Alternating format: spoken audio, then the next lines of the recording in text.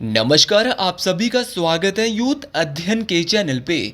देखिए एक बार फिर से मैं आप सभी के बीच एसपी टीजीटी कमीशन 2025 के लिए एंशियंट हिस्ट्री का एक नया विषय जैन धर्म लेके आ चुका हूँ। देखिए जैन धर्म को हम बहुत ही डिटेल से देखने वाले हैं। तो सबसे पहले बात करते हैं जैन धर्म के संस्थापक एवं प्रथम तीर्थंकर की। तो जैन धर्म के संस्थापक एवं प्रथम तीर्थंकर जो थे वो थे आपके ऋषभ देव। अगर बात करें तीर्थंकर की कि तीर्थंकर क्या होते हैं, तो अगर तीर्थंकर की बात करें तो जो स्वयं तप के माध्यम से आत्म ज्ञान प्राप्त करते हैं, खुद से ज्ञान प्राप्त करते हैं और संसार रूपी सागर से पार लगाने वाले तीर्थ की रचना करते हैं, उसे तीर्थंकर वो तीर्थंकर कहलाते हैं। तो आपको ये भी याद रखना है कि तीर्थंकर क्या होते हैं कि जो स्वयं तप के माध्यम से ज्ञान को प्राप्त कर रहे हैं और संसार रूपी सागर से पार लगाने वाले तीर्थ की रचना करते हैं, उसे तीर्थंकर कहते हैं। जैन धर्म के पहले तीर्थंकर ऋषभ देव थे और साथ में ये जैन धर्म के संस्थापक भी थे। अच्छा, अगर बात जैन धर्म की, तो जैन धर्म में कुल 24 तीर्थंकर हुए हैं। ये बहुत ही आसान क्वेश्चन है। अच्छा, हम बात करेंगे यहाँ पे पहले 23वें और 24वें, क्योंकि अगर आप 24 के 24 पढ़ेंगे तो थोड़ा सा आपके लिए टफ रहने वाला है। तो हम यहाँ पे इंपॉर्टेंट देखेंगे। तो जैन धर्म के जो पहले तीर्थंकर थे वो थे ऋषभ देव, और बहुत बार इनका प्रतीक भी पूछा जाता है। तो इनका जो प्रतीक था वो था सांड। दूसरे अगर मैं दूसरे की बात करता हूँ तो दूसरे आपको अगर याद रखने हैं तो दूसरे तीर्थंकर थे अजीतनाथ।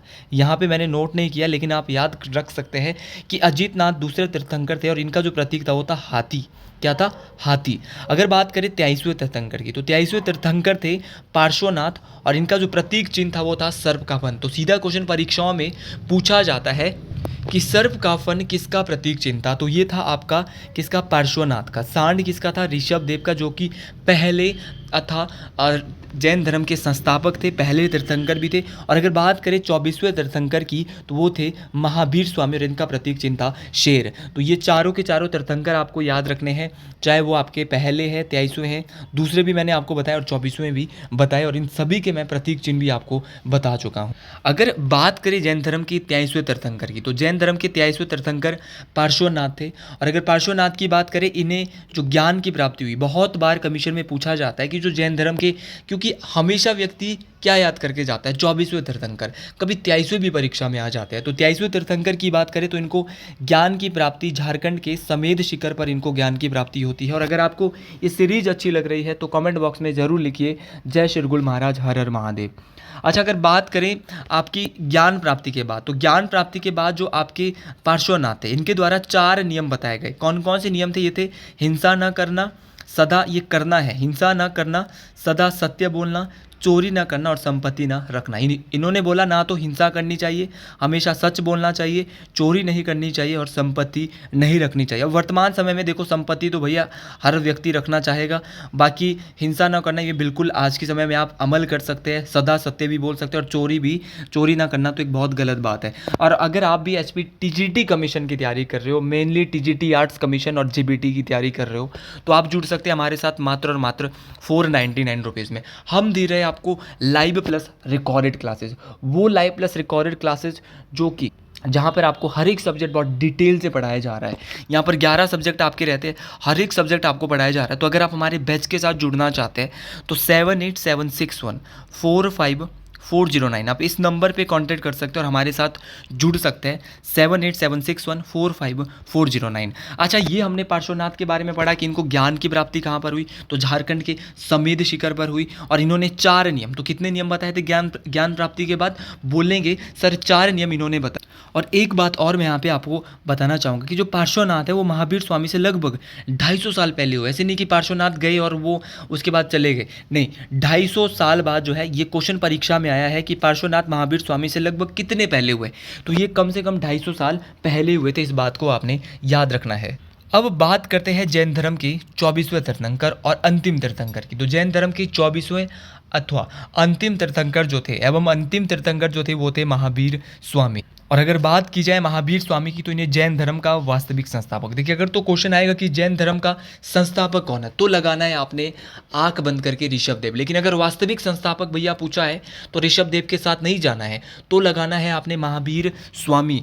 अच्छा, इनके सांसारिक जीवन की बात करें तो इनके जन्म के बारे में बहुत ज़्यादा मतभेद है। अब आप दोनों लेके चल सकते हैं, अगर तो ले चले आप एनसीईआरटी के मुताबिक और कुछ अन्य किताबों के मुताबिक, तो बहुत सारी किताबों में इनका जन्म दिया है 540 ईसा पूर्व। वैसे इनका जन्म 599 ईसा पूर्व भी माना जाता है, तो आप दोनों को लेके चल सकते हैं। लेकिन अगर परीक्षा में दोनों आते हैं, परीक्षाओं में बच्चों का ये आंसर रहता है, तो ज़्यादातर किताबों में 540 ईसा पूर्व दिया है। लेकिन फिर भी आप इसको कन्फर्म करके, क्योंकि मैं इसमें श्योर नहीं हूँ, लेकिन मुझे लगता है कि मैं ज़्यादातर किताबों में जब ढूंढ रहा था तो मेरे को 540 ईसा पूर्व मिला। तो इनके जन्म के ऊपर इतिहासकार का जो मानना है वो 540 है, लेकिन जो कुछ प्राचीन किताबें उसमें 540 ईसा पूर्व दिया गया है, तो 599 ईसा पूर्व दिया है। तो इसमें मतभेद है इनके जन्म में। इनका जन्म कहाँ पर हुआ, हम मेन बात ये जानते हैं। तो इनका जन्म कुंडग्राम वैशाली में हुआ था। इस बात को आपने याद रखना है, मोस्ट इंपॉर्टेंट ये बात पूछी जाती है। तो जन्म 540 ईसा पूर्व में हुआ था, 540 या 599 दोनों आपको याद रखने हैं। अब इनके बारे में क्वेश्चन पूछा जाता है कि जो महावीर स्वामी है, अच्छा अगर बात करें महावीर स्वामी की, तो महावीर स्वामी के जो पिता का नाम है वो सिद्धार्थ था, माता का नाम त्रिशला था, इनके भाई का नाम नंदीवर्धन था, जो कि बहुत बार परीक्षाओं में पूछा भी जाता है। इनकी पत्नी का नाम यशोदा, क्या नाम था, यशोदा था। और इनकी पुत्री का नाम प्रियदर्शिनी, क्या नाम था, प्रियदर्शिनी था। और इनके दामाद का जो नाम था वो जमाली था। तो ये सारे नाम आपको याद रखने की, इनके पिता का नाम सिद्धार्थ था, माता का नाम त्रिशला था, भाई का नाम नंदीवर्धन था, पत्नी का नाम यशोदा था, पुत्री का नाम प्रियदर्शिनी था और दामाद का नाम जमाली था। अगर बात करें महावीर स्वामी के पिता सिद्धार्थ की, तो इनके पिता कुंडग्राम के, ये देखिए यहाँ पे यात्रिक आना है, ये यात्रिक होगा, यहाँ पे यात्रिक वंश के राजा थे। ये यात्रिक वंश के, इनके पिता यात्रिक वंश के राजा थे, ये भी आपको याद रखना है। और यात्रिक वंश के राजा थे। और इनके जो महावीर स्वामी का बचपन का नाम बहुत बार पूछा जाता है, वर्धमान था। तो महावीर स्वामी के बचपन का नाम वर्धमान था। और इनके इनके जो पिता थे वो किस वंश से संबंधित थे, तो इनके पिता यात्रिक वंश से, तो ये भी आपको याद रखना है, मोस्ट इंपॉर्टेंट है। इसके बाद इनके आध्यात्मिक जीवन की अगर बात करें, तो महावीर स्वामी ने 30 वर्ष में अपने माता पिता के, जब इनके माता पिता की मृत्यु हो जाती है, तो अपने माता पिता की मृत्यु के पश्चात अपने बड़े भाई, मैंने आपको बताया था इनके भाई का नाम था नंदीवर्धन, नंदीवर्धन से आज्ञा ली। और नंदीवर्धन से आज्ञा लेने के बाद इन्होंने जो है वो संन्यास जीवन को स्वीकारा। इन्होंने क्या है, जब इनके माता पिता की मृत्यु हो जाती है, तो उसके बाद ये जो है अपने भाई, इनके भाई का नाम था नंदीवर्धन, इनसे आज्ञा लेकर इन्होंने क्या ले लिया, संन्यास जीवन ले लिया। और 12 वर्षों की कठिन तपस्या के बाद महावीर स्वामी जी को ऋजुपालिका, याद रखना है कौन सी नदी, बहुत इंपॉर्टेंट है, ये बार बार पूछा जाता है। और कितने वर्षों की तपस्या की थी, 12 वर्षों की कठिन तपस्या के बाद जो महावीर स्वामी जी है वो ऋजुपालिका नदी के तट पर साल वृक्ष बहुत इंपॉर्टेंट है, जिसको वट वृक्ष भी कहीं ना कहीं कहा जाता है। तो साल वृक्ष के नीचे इनको जो है वो ज्ञान की प्राप्ति हुई। तो किस नदी के किनारे ज्ञान की प्राप्ति, ऋजुपालिका नदी के किनारे ज्ञान की प्राप्ति। संन्यास कितने वर्ष की अवस्था में, 30 वर्ष की अवस्था में। आज्ञा किसकी, नंदीवर्धन की। क्वेश्चन जितने ज़्यादा आगे बढ़ाओगे उतना मज़ा आएगा, और डिटेल में पढ़ने से और मज़ा आता है। कुछ बच्चे बोलते थे कि आप क्वेश्चन से ही पढ़ाते हो, भाई मैं सीरीज भी लाता हूँ, मैं चीज़ों को हम अंदर जाके घुस के भी पढ़ाते हैं, लेकिन ये तो हमारा एक डेमो लेक्चर्स है। अगर आप हमारे क्लासेज में आओगे तो वहाँ पर एक लेवल जो है बहुत अलग रहने वाला है। ये तो बस ये समझिए कि एक ट्रेलर है, पिक्चर तो भैया क्लासेस के अंदर मिलती है मात्र और मात्र 499 रुपीज़ में, ठीक है। और अगर आप सच में भगवान में विश्वास करते हैं, हमारे शिरगुल महाराज की पूजा सिरमौर में की जाती है, और महादेव की पूजा तो पूरे भारतवर्ष में और पूरे जो जहाँ पे हमारे हिंदुज़म भाई है वो भी करते हैं। बाकी जिनका जो धर्म है वो मानिएगा, वो सबका माननीय होता है, मैं यही कहूँगा। और सभी स्टूडेंट मेरे लिए समान है, और आप अपने इसका नाम लिख सकते हैं, चाहे किसी भी धर्म से आप आते हैं, तो जिसको भी मानते हैं, लेकिन जिसको मानिए वो दिल से माने। कोई अपने माता पिता को मानता है वो भी अपने ज़रूर यहाँ पे मेंशन कर सकता है। तो ये विश्वास है, ये अध्यात्म के प्रति जिसका विश्वास होता है, और किसी का पढ़ाई के प्रति है तो आप पढ़ाई के प्रति भी नोट कर सकते हैं। अच्छा, अगर बात करें महावीर स्वामी की, तो महावीर स्वामी जो है वो जब इनको ज्ञान की प्राप्ति हुई, तो ज्ञान की प्राप्ति को इन्होंने क्या कहा, कैवल्य। तो कैवल्य क्या है, तो कैवल्य जो है वो ज्ञान की प्राप्ति को कहा जाता है। इस बात को आपने याद रखना, कैवल्य क्या होता है, तो कैवल्य जो है वो ज्ञान की प्राप्ति को कहा जाता है। और ज्ञान प्राप्ति के बाद महावीर स्वामी अहर्त, निर्ग्रंथ और जीन विजेता कहलाए। तो याद रखना है कि इसी समय महावीर स्वामी स्वामी क्या कहलाए, अहर्त कहलाए, जो कि अहर्त का मतलब होता है पूज्य, निर्ग्रंथ का मतलब होता है बंधनहीन और जीन का मतलब होता है विजेता। तो ये क्वेश्चन आता है कि अहर्त, निर्ग्रंथ और जीन महावीर स्वामी कब कहलाए, तो ये कहलाए थे आपके कब, ज्ञान की प्राप्ति के बाद। अच्छा, महावीर स्वामी ने जो अपना पहला उपदेश दिया वो कहाँ पर दिया, तो जब इनको ज्ञान की प्राप्ति होती है तो इन्होंने अपने उद्देश्य की पूर्ति के लिए जो अपना पहला उपदेश दिया वो प्राकृत भाषा में दिया। पहले तो आपको यही पता होना चाहिए कि किस भाषा में दिया, तो बोलेंगे भैया प्राकृत भाषा में दिया। इन्होंने अपना जो पहला उपदेश दिया वो राजगीर में दिया, और अंतिम उपदेश जो महावीर स्वामी के द्वारा दिया गया था वो पावापुरी में, कहाँ पर दिया गया था, पावापुरी में दिया गया था। ये क्वेश्चन पर बहुत बार परीक्षा में पूछा जाता है कि पहला उपदेश कहाँ दिया और अंतिम उपदेश कहाँ दिया, किस भाषा में दिया। तो इन्होंने अपना उपदेश तो दिया प्राकृत भाषा में, और दूसरा इन्होंने अपना पहला उपदेश जो दिया वो दिया राजगीर में, और अंतिम उपदेश जो दिया था वो दिया था भैया पावापुरी में। अब बहुत बार परीक्षाओं में क्वेश्चन पूछा जाता है कि महावीर स्वामी का प्रथम भिक्षु कौन था, तो प्रथम भिक्षु इनका दामाद जमाली था। मैंने आपको नाम भी मेंशन किया था कि इनका जो है प्रथम जो भिक्षु होता है, शिष्य जो था वो जमाली था। और क्वेश्चन पूछने वाला क्वेश्चन पूछता है कि ज्ञान प्राप्ति के बाद जो महावीर स्वामी है उन्होंने भी कुछ नियम बताए। पार्श्वनाथ ने कितने नियम बताए थे, 4 नियम बताए थे, लेकिन इन्होंने भैया 4 तो वही बताए, एक नियम और जोड़ दिया। कौन सा जोड़ा, तो अभी देखते हैं इनको डिटेल। और इन्होंने जो अपने 5 नियम बताए थे महावीर स्वामी ने, इनको पंचायन धर्म, तो याद रखना पंचायन धर्म का नियम किसने दिया, तो बोलेंगे पंचायन धर्म का जो नियम है वो किसके द्वारा दिया गया, सर ये दिया गया था आपके, किसके द्वारा, ये दिया गया था महावीर स्वामी। और अगर पूछा जाएगा चतुरायन धर्म, तो चतुरायन धर्म का जो नियम दिया था वो दिया था आपका किसने, आपके पार्श्वनाथ ने। तो चतुरायन धर्म ये भी आपको याद रखना है, मोस्ट इंपॉर्टेंट। अच्छा, तो महावीर स्वामी ने जो अपने पंचायन धर्म में कहा, एक तो कहा इन्होंने हिंसा न करना, सदा सत्य बोलना, चोरी न करना, संपत्ति न रखना। ये 4 तो भैया पार्श्वनाथ ने भी दिए थे। अगर पार्श्वनाथ वाले याद रखेंगे तो ये भी याद हो जाएंगे, और इनको याद रखना पड़ेगा, ये इंपॉर्टेंट है। और 5वां जो दिया वो बोला इन्होंने ब्रह्मचर्य, तो ब्रह्मचर्य इनका 5वां एक नया इसमें इन्होंने जोड़ा महावीर स्वामी ने। तो महावीर स्वामी के 5 नियम आपको याद रखने, कभी भी परीक्षा में पूछे जा सकते हैं। हिंसा न करना, हमेशा सच बोलना, चोरी न करना, संपत्ति न रखना और ब्रह्मचर्य। अच्छा, महावीर स्वामी के त्रिरत्न, तो त्रिरत्न है महावीर स्वामी के सम्यक दर्शन, सम्यक ज्ञान, सम्यक आचरण। तो 3 रत्न बहुत बार पूछे जाते हैं कि महावीर स्वामी ने कितने रत्नों की बात की, तो 3 रत्नों की, सम्यक दर्शन, सम्यक ज्ञान और सम्यक आचरण। ये भी आपको याद रखने, ये भी मोस्ट इंपॉर्टेंट है। अगर बात करें महावीर स्वामी, तो महावीर स्वामी ने ईश्वर को मान्यता नहीं है। देखिए जैन धर्म में ईश्वर को मान्यता नहीं है, बल्कि आत्मा की मान्यता है। अगर बात करें महावीर स्वामी ने मूर्ति पूजा और कर्मकांड का विरोध किया, क्योंकि आत्मा को मानते थे, ईश्वर को नहीं मानते थे, इसलिए इन्होंने मूर्ति पूजा का क्या किया, विरोध। तो बहुत बार क्वेश्चन आता है कि महावीर स्वामी ने मूर्ति पूजा का विरोध किया, कर्मकांड का विरोध किया, तो ये कथन बिल्कुल सही हो जाएगा।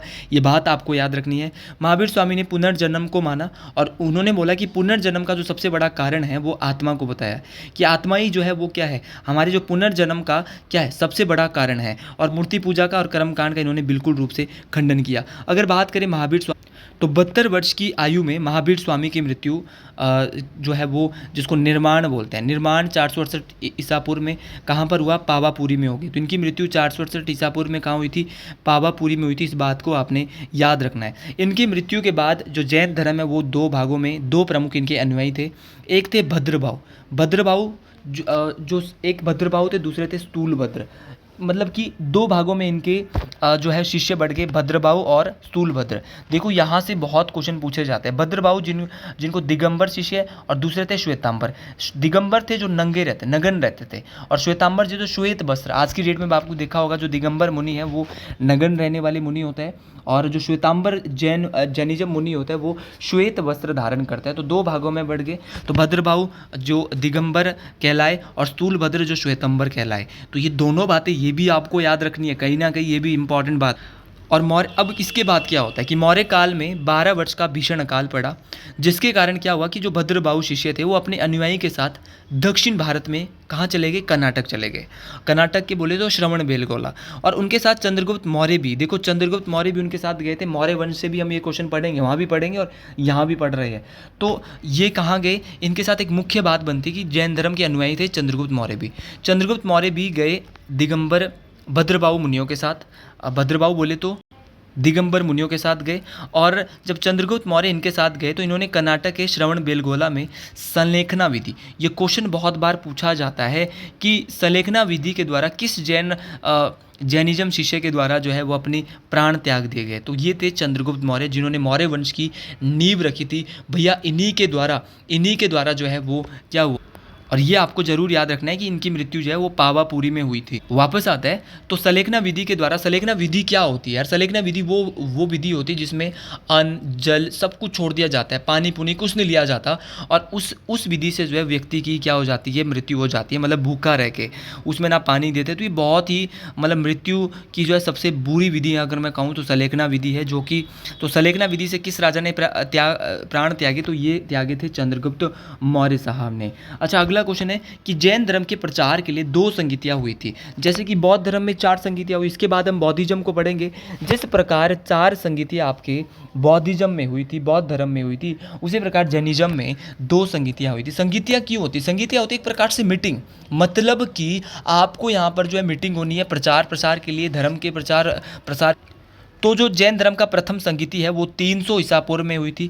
कहाँ पर हुई थी? पाटलिपुत्रम में। और इसकी जो अध्यक्षता की थी वो स्थूलभद्र, किसने की थी? स्थूलभद्र ने की थी। कब हुई थी ये भी याद रखना है, 300 ईसा पूर्व में हुई थी। अच्छा, द्वितीय संगीति, द्वितीय हुई थी आपकी 6ठी शताब्दी ईसा पूर्व में, 512 ईस्वी में, बल्लभी गुजरात में। और अध्यक्षता की थी श्रमा श्रवण ने। तो तीनों आपको याद रखनी है, दोनों सॉरी, एक हुई थी, पहली हुई थी 300 में, दूसरी हुई थी 6ठी शताब्दी ईसा पूर्व, एग्जैक्ट बोले तो 512 ईस्वी में। और भैया ये बल्लभी गुजरात में हुई थी, पहली पाटलिपुत्र में हुई थी। और याद रखना है स्थूलभद्र ने पहले की अध्यक्षता की थी और दूसरे की अध्यक्षता की थी श्रवण ने। इस बात को आपने याद रखना है। और ये सारी की सारी चीज़ें इंपॉर्टेंट है, जितनी ज़्यादा चीज़ों को अच्छे से पढ़ोगे उतनी ज़्यादा ये चीज़ें आपको क्लियर होने वाली है।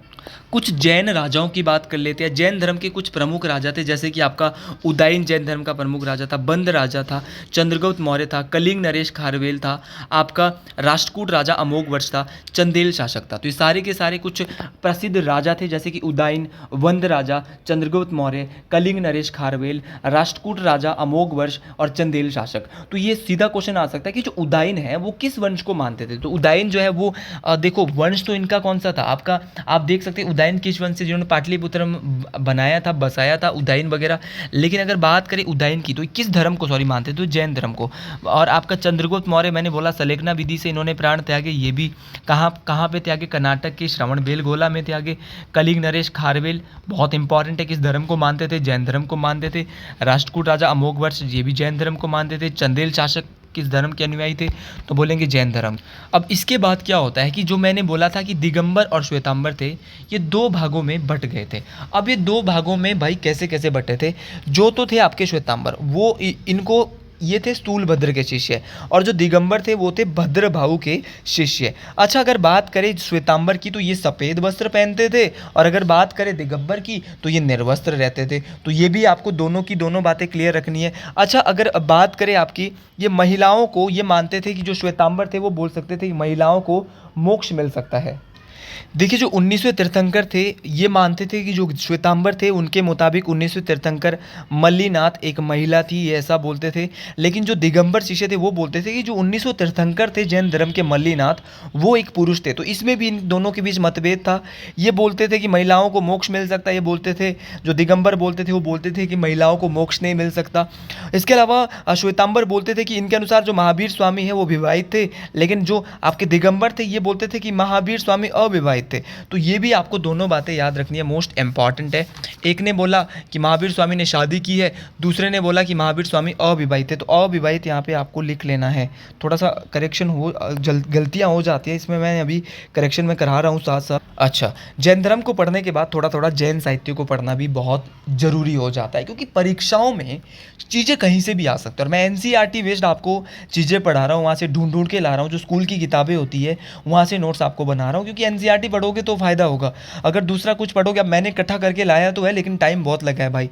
तो अगर बात करें जैन साहित्य की, तो अगर बात करें जैन साहित्य किसी एक काल की रचना नहीं है, इसका संकलन भिन्न भिन्न कालों में धीरे धीरे होता रहा है, क्योंकि एक काल की रचना तो नहीं है जैन साहित्य। जैन साहित्य को क्या कहा जाता है, सीधा क्वेश्चन आपको परीक्षा में पूछा जाएगा। तो जैन साहित्य को आगम कहते हैं। और आगम का जो अर्थ होता है वो क्या होता है, मैं ये भी लेके आया हूँ, क्योंकि बच्चों को जब स्कूल में आप जाओगे सिखाओगे तो पूछा जाएगा कि जैन साहित्य, उसको आगम तो कहते हैं, लेकिन आगम का अर्थ क्या होता है ना। तो आगम का जो अर्थ होता है वो सिद्धांत होता है। क्या होता है भैया, सिद्धांत होता है। तो अगर जैन साहित्य की बात करें तो इसमें जो है 12 अंग थे और 10-12 उपांग थे। तो 12 अंग और 12 ही उपांग थे, और साथ में 10 प्रकीर्ण थे। प्रकीर्ण कितने थे, 10 थे। 12 अंग थे, 12 उपांग थे और 10 प्रकीर्ण थे। 6 छेद सूत्र, छेद सूत्र कितने थे, 6 थे। और भैया मंगल सूत्र कितने थे, 4 थे। तो जैन साहित्य में 4 अंग, 12 उपांग, 10 प्रकीर्ण, 6 छेद सूत्र और 4 मंगल सूत्र, ये सारी बातें आपको याद रखनी है, ये मोस्ट इंपॉर्टेंट है। और अगर आपको वीडियो अच्छी लग रही है तो हर हर महादेव कमेंट बॉक्स में ज़रूर लिख डालिए। अब बात करते हैं प्रमुख जैन मंदिरों की। तो मौर्य काल में मथुरा का जैन धर्म का जो है वो क्या था, मथुरा जो है वो जैन धर्म का एक प्रमुख केंद्र था। तो सीधा क्वेश्चन आ सकता है कि मौर्य काल में जैनिज्म का एक प्रमुख केंद्र कौन था, तो मथुरा था। क्योंकि मथुरा कला का जो संबंध है वो किस धर्म से है, ये क्वेश्चन भी परीक्षाओं में आ सकता है। तो जैन धर्म से मथुरा कला का संबंध है। और अगर बात करें कर्नाटक में चामुंड शासकों ने श्रवण बेलगोला में विशाल बाहुबली की मूर्ति गोमतेश, जिसको आप गोमतेश्वर की मूर्ति भी कहते हैं, उसका निर्माण करवाया था। तो गोमतेश्वर की मूर्ति का निर्माण चामुंड शासकों के द्वारा करवाया गया है। ये भी मोस्ट इंपॉर्टेंट बात है, परीक्षाओं में आपसे पूछी जा सकती है। ये क्वेश्चन वो क्वेश्चन है जो कि आपसे परीक्षाओं में आपको नंबर दिला सकते हैं। तो याद रखना, ये बात मोस्ट इंपॉर्टेंट है। तो गोमतेश्वर की जो मूर्ति है उसको चामुंड शासकों ने श्रवण बेलगोला, जो कर्नाटक में पड़ता है, जहाँ पर चंद्रगुप्त मौर्य के द्वारा सलेखना विधि से अपने प्राण त्याग दिए जाते हैं। इसके अलावा अगर मैं बात करता हूँ मध्य प्रदेश में चंदेल शासकों ने खजुराहो में जो जैन मंदिरों का निर्माण करवाया। जी हाँ, आपको सीधा पूछा जाता है, इनको यूनेस्को में जो डाला था खजुराहो के टेम्पल्स को, जैन मंदिरों को 1986 में डाला था खजुराहो के स्मारक। और राजस्थान के माउंट आबू, भाई बहुत बार ये परीक्षाओं में पूछा जाता है कि राजस्थान के माउंट आबू में क्या है, तो राजस्थान के माउंट आबू में दिलवाड़ा के प्रमुख जैन मंदिर है। तो राजस्थान के माउंट आबू में दिलवाड़ा में प्रसिद्ध जैन मंदिर है, मोस्ट इंपॉर्टेंट है, ये भी पूछे जाते हैं। अच्छा, महावीर स्वामी की बात करें, और महावीर स्वामी की अगर बात करें तो एक चीज़ हम यहाँ पे आप नोट डाल के लास्ट में नोट कर ले, कुछ बातें मैं आपको यहाँ से दोबारा लिखाने वाला हूँ जो कि इस टॉपिक में कवर नहीं कर पाया था। तो जैन धर्म के जो 22वें तीर्थंकर थे वो थे आपके कौन, अरष्टनेमी, जिनको कभी कभार अरष्टिनेमी, क्या नाम है, अरष्टिनेमी। और अरष्टिनेमी की बात करें तो इनको नेमीनाथ, क्या बोलेंगे इनको, नेमीनाथ। तो अरष्टनेमी, जिसको नेमीनाथ के नाम से भी जाना जाता था, ये भी मोस्ट इंपॉर्टेंट है। और जो इन्होंने अपना प्रमुख उपदेश दिया है, मतलब महावीर स्वामी ने जो अपना प्रमुख उपदेश दिया था वो वितुलांचल पर्वत की में स्थित वाराकर नदी के तट पर दिया था, मोस्ट इंपॉर्टेंट है। और ये सारी चीज़ें परीक्षाओं में पूछी जाती है, तो ये बहुत इंपॉर्टेंट चीज़ें हैं, ये सारी की सारी चीज़ें आपको याद रखनी है। और जैन धर्म के प्रचार प्रसार के लिए पावापुरी में जैन संघ की भी स्थापना की गई। और जैनों ने जो है अपभ्रंश भाषा में पहली बार महत्वपूर्ण ग्रंथ लिखे। ये क्वेश्चन आपसे परीक्षा में पूछा जा सकता है कि अपभ्रंश भाषा में पहली बार महत्वपूर्ण ग्रंथ किसने लिखे, तो ये जैनों ने लिखे। और अगर कहूँ मैं बौद्ध साहित्य में महावीर स्वामी को क्या कहा गया है, तो निघंट नाथपूत, तो निगंत नाथपूत, ऐसे क्वेश्चन आता है भाई पेपर में।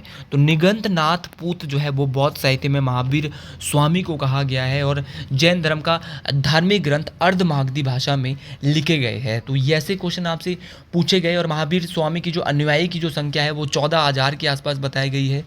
और महावीर स्वामी ने जो है पूर्ण रूप से वस्त्रों का त्याग कर दिया गया था, ऐसा किताबों में दिया गया था। तो इससे डिटेल से हम अपने बैचेज में पढ़ते हैं। तो आज के लिए इतना ही। वीडियो पसंद आई तो कमेंट बॉक्स में जरूर लिखिए। हर हर महादेव, मिलते हैं अगले वीडियो में बहुत जल्द। जय हिंद, जय हिमाचल प्रदेश।